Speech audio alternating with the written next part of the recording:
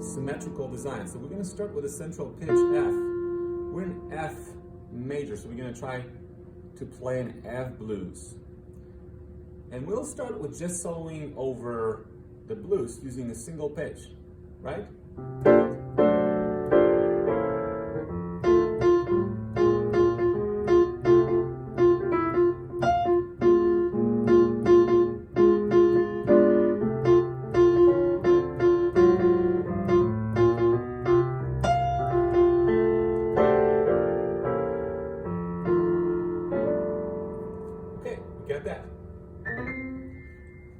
Now we're going to add a minor third above, as in a blues scale, right? And then we're going to define symmetrical note that fits this pattern around the central pitch of F. Imagine that this is a central pitch from which we're gravitating upwards and downwards to these two pitches. Notice that there's a minor third between a central pitch F to A flat and down to D, which makes it symmetrical design. Okay? That's symmetrical design. This is like basically inverting an A flat around F to D. Right? Inverting note, literally like music theory inversions. Okay? And where does that D note come from? We already know that A flat note comes from the blues scale. So let's review the blues scale. What do we know about the blues scale? Right, we have these notes. Now, there are other money notes that we can add to this design that will make it more spicy and will give us a little more options and avenues to take. And that's where Oscar Peterson's design comes into place. So what did Oscar Peterson try to do is he superimposed pentatonical scale over the blues scale to get those extra pitches. So here's our pentatonical scale.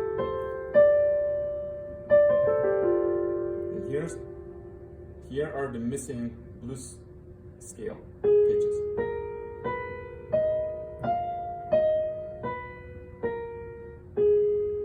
So now we have all these notes. Just like in straight note chaser, right?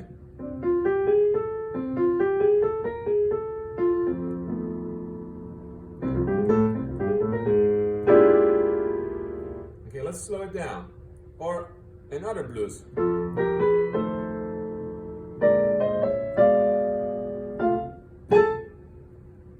Okay, Blue Monk.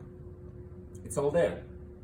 Those heads were specifically written with this design in mind to accommodate these chromatic notes, right? It's all here. Notice that this has all these. Also, this in gospel music has got that passing diminished chord, right?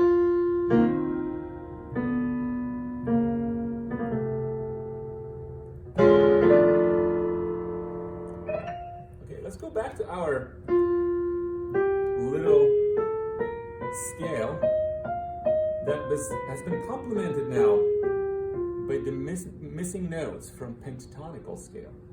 So now that we complemented our scale with pentatonics, we get that money note that Oscar Peterson so loved to use, which is that major sixth, which was originally missing from the blues scale. So let's try to improvise over the blues again, but this time using those three pitches of the symmetrical design and see what happens.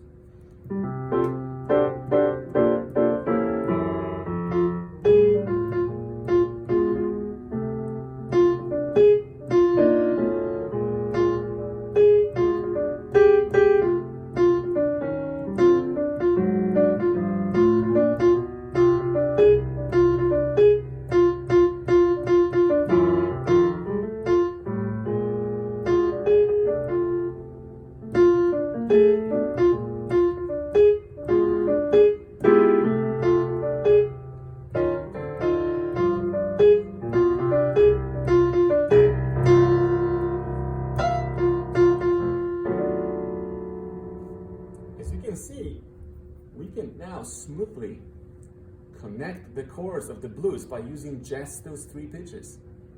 And everything seems to work just fine, magically. Let's take it one more time and see what really makes this so useful in the context of the blues. You can learn so much about extensions without even knowing what they are from this symmetrical design. You're already going deep into the bushes without even knowing it. You're trying to play sharp 9s. You're a skilled jazz player before you even know it. When you use this symmetrical design, the Oscar Peterson symmetrical design in the blues, notice what happens on the tonic chord, right of the bed. We have this. Let's take that note off. It was a little too spicy. Or, that's already very spicy. But we're talking just about this chord complemented by sharp 9. And that sharp 9 does all the difference here. Let's keep moving.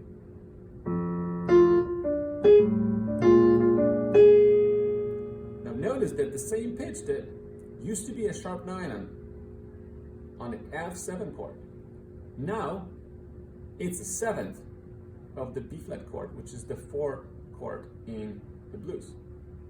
So we already know the common tones that we can use. Now notice that we have the passing diminished chord, which further allows us to connect onto the next chord by using the same common tone. So notice that one pitch on piano has so many different functions in the harmonic context of jazz, which is the great thing about jazz, that we can use it and get so much mileage out of it.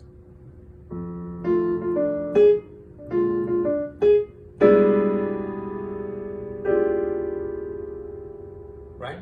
Remember, we're talking just about those 3 pitches. I hardly even hit D yet. So notice what happens when I have the D.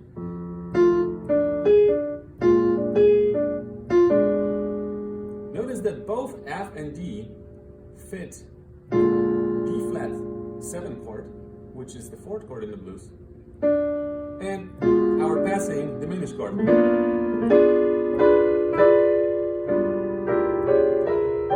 Or this.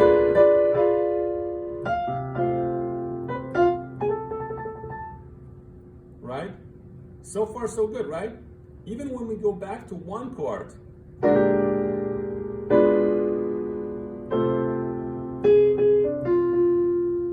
and you're standing on a dominant, this would be called the standing on the dominant in classical music. We can use this concept here because it doesn't really matter if the bass player will hit C or F in this case.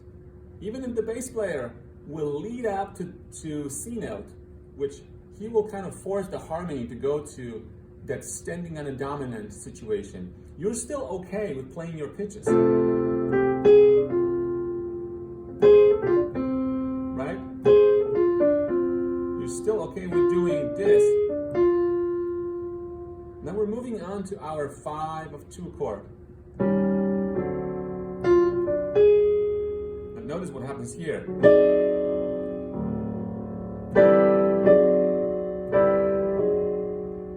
Forget that for a second. That's a little too complex for now. Let's focus on our 3 pitches and see what we can get out of our 3 pitches still in this context of the blues. Now we have sharp 11. Remember, we were dealing with this pitch before. That's the pitch that gave us so much color already for our blues. Now we get even more color because sharp 11 is the extension that we had not had before. Okay? This is our diminished chord, and this is 1. This is 1 chord of the blues. Or you could be 6 chord, or it could be this, or it could be just this. It doesn't really matter. It's the same chord, right? Okay, so we have that chord, and now we're moving on to 5 of 2. 5 of 2, because 2 is this, and 5 of 2 is the dominant, of the two. And we got that funky sharp 11 now, which I really love. I love to use it. And again, I'm using only 3 pitches.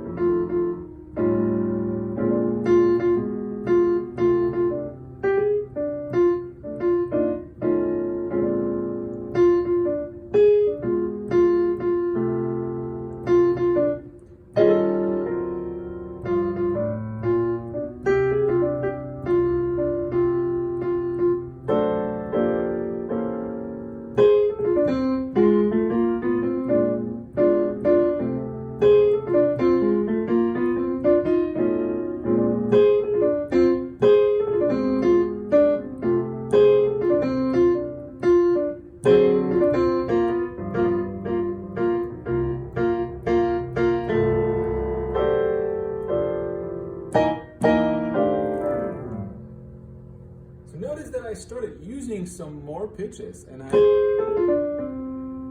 use this lick that has those 3 notes that we introduced, that symmetrical design built in there. That's something also Oscar Peterson used a lot in his solos.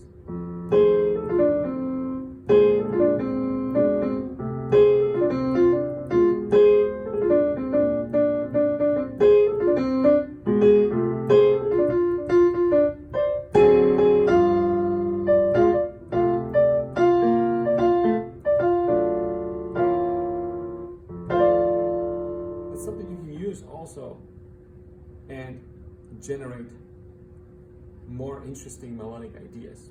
I hope that helps. Try to practice this in a few more keys for now.